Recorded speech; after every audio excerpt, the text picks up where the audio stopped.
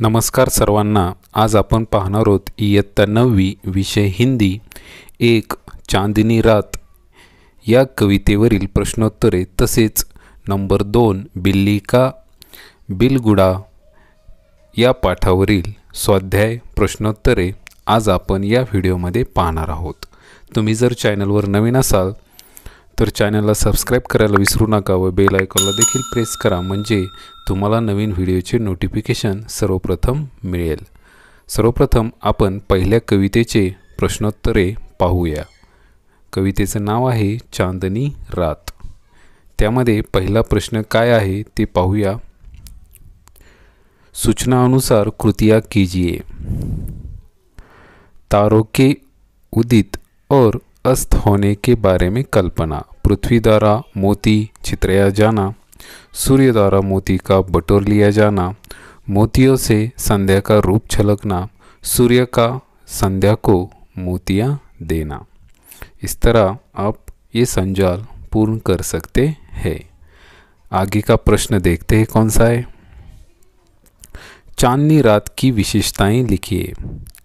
आपको यहाँ 8 विशेषताएं लिखनी है। 1 किरणों का खेलना, 2 स्वच्छ चांदनी, हरी घास का लहराना, मंद पवन चलना, स्वच्छंद सुमंद गंध, हर्षित दिशाएं, स्वच्छ चांदनी, मोती तारे बिखरना। इस तरह चांदनी रात की विशेषताएं हम लिख सकते हैं। आगे का प्रश्न देखते हैं कौन सा है।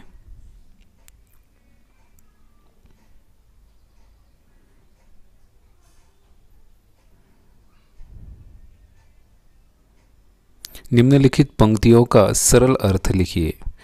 च चांदनी रात में आकाश में सुंदर चंद्रमा शोभायमान है। उसकी चंचल किरणें झिलमिल झिलमिल करती हुई अटखे लिया कर रही है। ऐसा लगता है जैसे वे जल और जमीन के साथ खेल रही हो। चंद्रमा का निर्मल प्रकाश पृथ्वी और समूचे नभमंडल में फैला हुआ है और वह उन्हें प्रकाशित कर रहा है।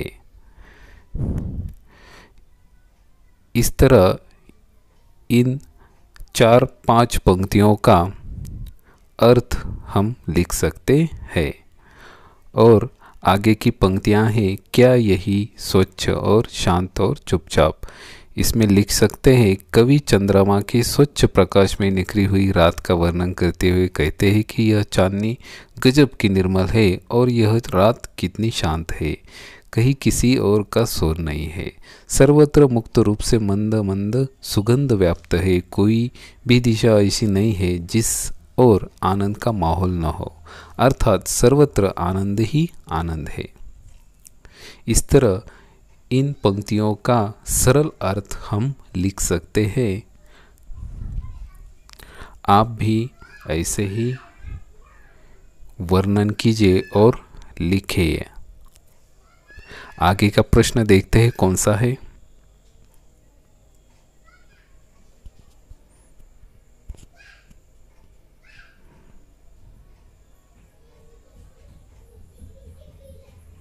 भाषा बिंदु। निम्न शब्दों के पर्यायवाची शब्द लिखिए। तरु पेड़, दरख्त वृक्ष।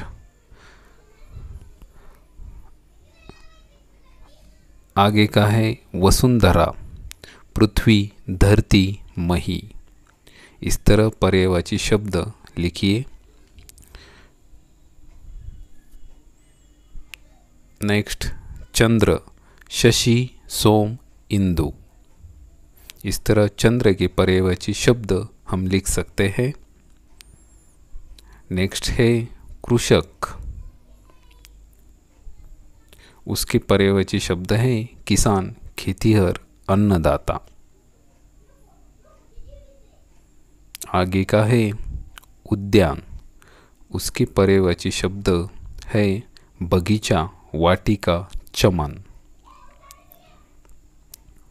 आगे का शब्द है अरण्य, उसके पर्यायवाची शब्द हम लिख सकते हैं वन, जंगल, विपिन।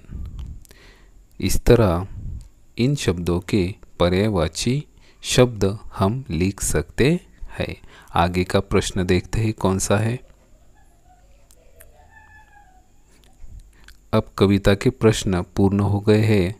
हम दो बिल्ली का बिलगुड़ा इस पाठ के आधार पर स्वाध्याय के प्रश्न देखते हैं। सूचनाओं के अनुसार कृतियाँ कीजिए। संजाल, घर में बिल्ली पालने के कारण, घर में चूहे होना, चूहे निकालने का उपाय कारगर न होना, पुरानी परंपराओं को न मानना, मित्रों का परामर्श। इस तरह यह संजाल हम पूर्ण कर सकते हैं। आगे का प्रश्न देखते हैं कौन सा है।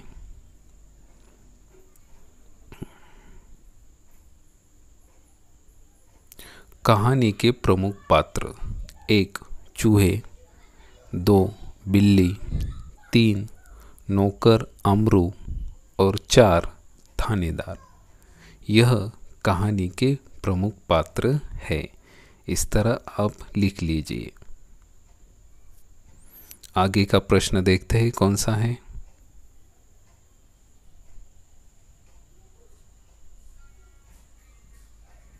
उत्तर लिखिए। बिल्ली के रवैये में आया परिवर्तन। 1 मालिक के आगे पीछे न फिरना, 2 रसोई के आसपास दुबक जाना और मौका पाकर मनचाही चीज़ खा लेना। इस तरह इस प्रश्न का उत्तर लिख सकते हैं। नेक्स्ट क्वेश्चन कौन सा है देखते हैं। स्पष्ट कीजिए घर के सदस्यों का बिल्ली के प्रति व्यवहार पहले और बाद में। खान, पहले थाली का जूठन खिलाना, बच्चों का कभी रोटी दे देना, बाद में चोरी से मनचाही चीज़ खाना। पहले कभी कभी बच्चों का दूध पिला देना, बाद में चोरी से दूध दही खाना। इस तरह लिख सकते हैं। पाठ से आगे प्राणी हमसे कहते हैं जियो और जीने दो, इस विषय पर सोमत प्रकट कीजिए। इस संसार में प्रत्येक प्राणी को जीने का अधिकार है। मनुष्यों को चाहिए कि वो शांतिपूर्ण ढंग से अपना जीवन जिए, सबसे मिलजुल कर रहे और वक्त ज़रूरत पर, सामर्थ्य पर ज़रूरतमंद व्यक्ति की सहायता करे। इसके साथ ही उसे इस बात का ध्यान रखना चाहिए कि उसके कारण किसी को तकलीफ न पहुँचे। इसीलिए हम मन, वाणी और कर्म से किसी को कोई कष्ट न दे। हमें सभी प्राणियों पर दया करनी चाहिए और उनकी रक्षा करनी चाहिए। उनके साथ सहानुभूति रखना हमारा फर्ज होना चाहिए। हम जियो और जीने दो सिद्धांत का पालन करें। इस तरह अपना सोमत हम लिख सकते हैं। आगे का प्रश्न देखते हैं कौन सा है।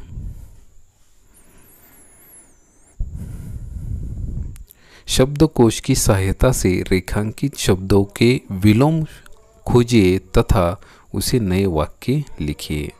1 समझदार नासमझ, वाक्य लिख सकते हैं।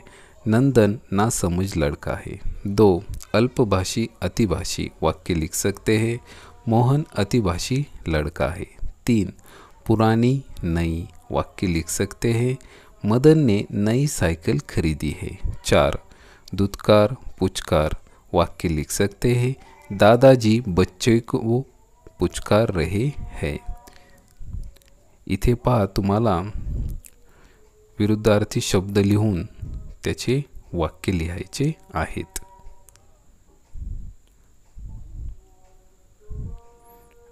अंडरलाईन वाक्यामध्ये जे अंडरलाईन शब्द आहेत त्याचे विरुद्धार्थी शब्द लिहून त्याचा वाक्यात उपयोग करायचा आहे। त्यानंतरचे वाक्य पाहूया। 5 समर्थन विरोध, वाक्य लिख सकते हैं। कुछ लोग सही बात का भी विरोध करते हैं। 6 दुर्लभ सुलभ, वाक्य लिख सकते हैं। आजकल लोगों का अपने क्षेत्र के विधायक मिलना सुलभ है। तटस्थ शामिल, वाक्य लिख सकते हैं। 5 लोगों में वह भी शामिल है। और आखिरी के 3 वाक्य के विलोम शब्द देखते हैं और उनका वाक्य में उपयोग देखते हैं।